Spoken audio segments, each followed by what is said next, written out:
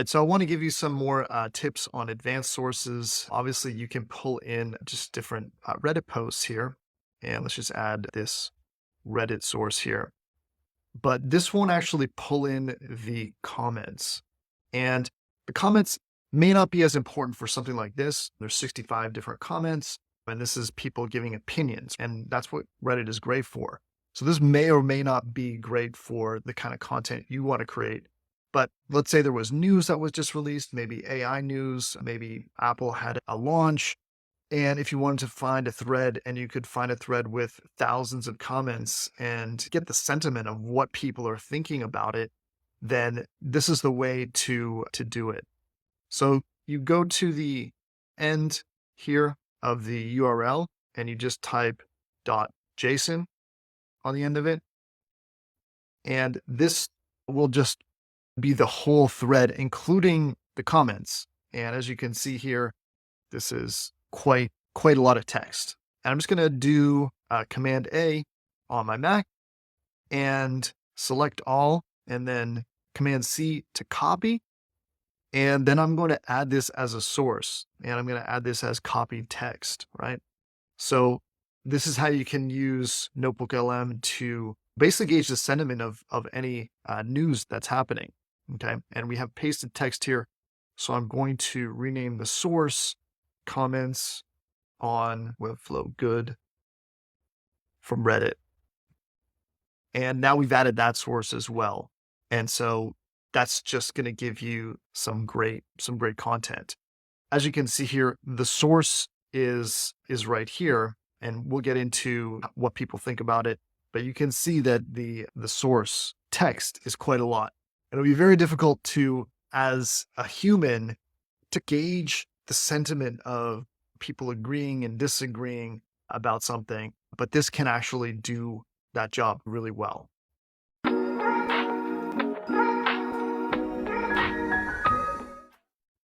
All right, so let's get to the chat window. So the first part is sources. Next is chat. And this is where we can interact with this content with these sources. And there's a couple things to note about this that are a little bit different than, let's say, ChatGPT.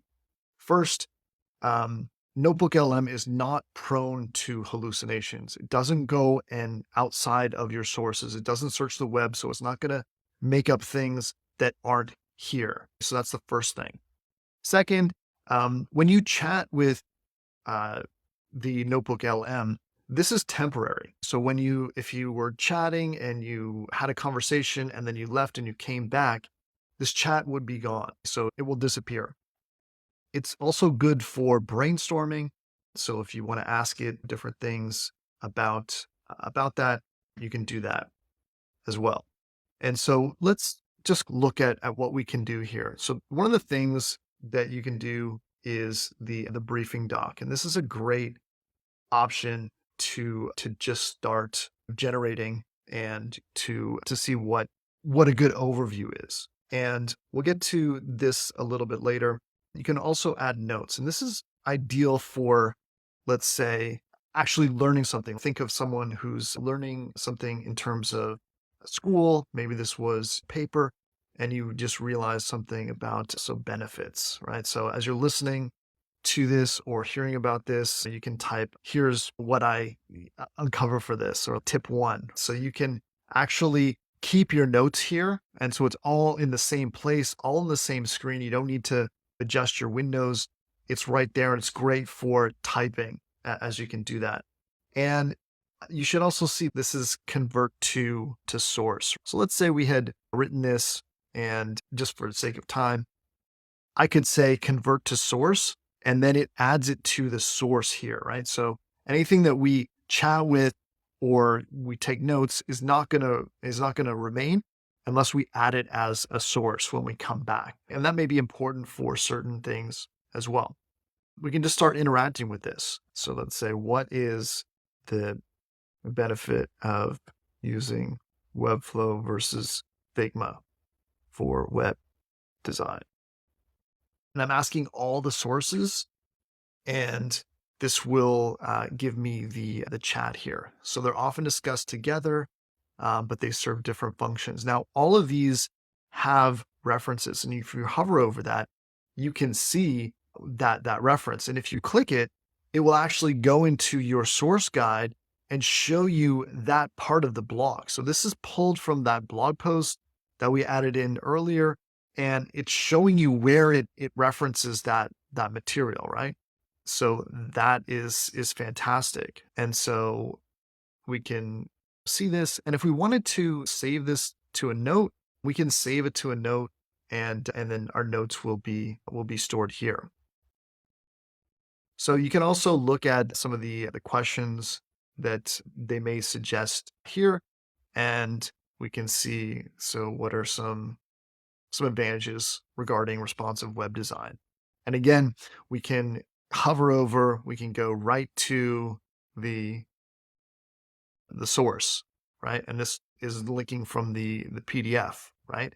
As you can see, in a matter of minutes, it's sourced out and collated all of this 200-page PDF along with all of these YouTube videos that are 20 minutes each. You can see the amount of time that this would save. It's really fantastic.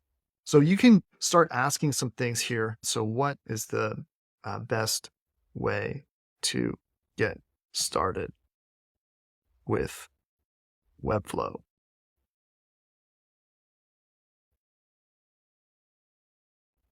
And it will give you the suggestions based on what you've asked here. So let's ask something else. How can I add rounding to a button in Webflow? And so it's gone through all of this material, and here's how to add rounded edges to a button in Webflow. You adjust the border radius setting, locate the border setting, and so let's click on this source.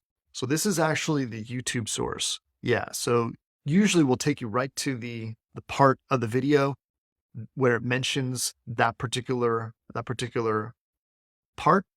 So maybe we can get that happening in another lesson. But essentially, this will ultimately save you so much time when you want to research, and you have a lot of different material to go through and to look at.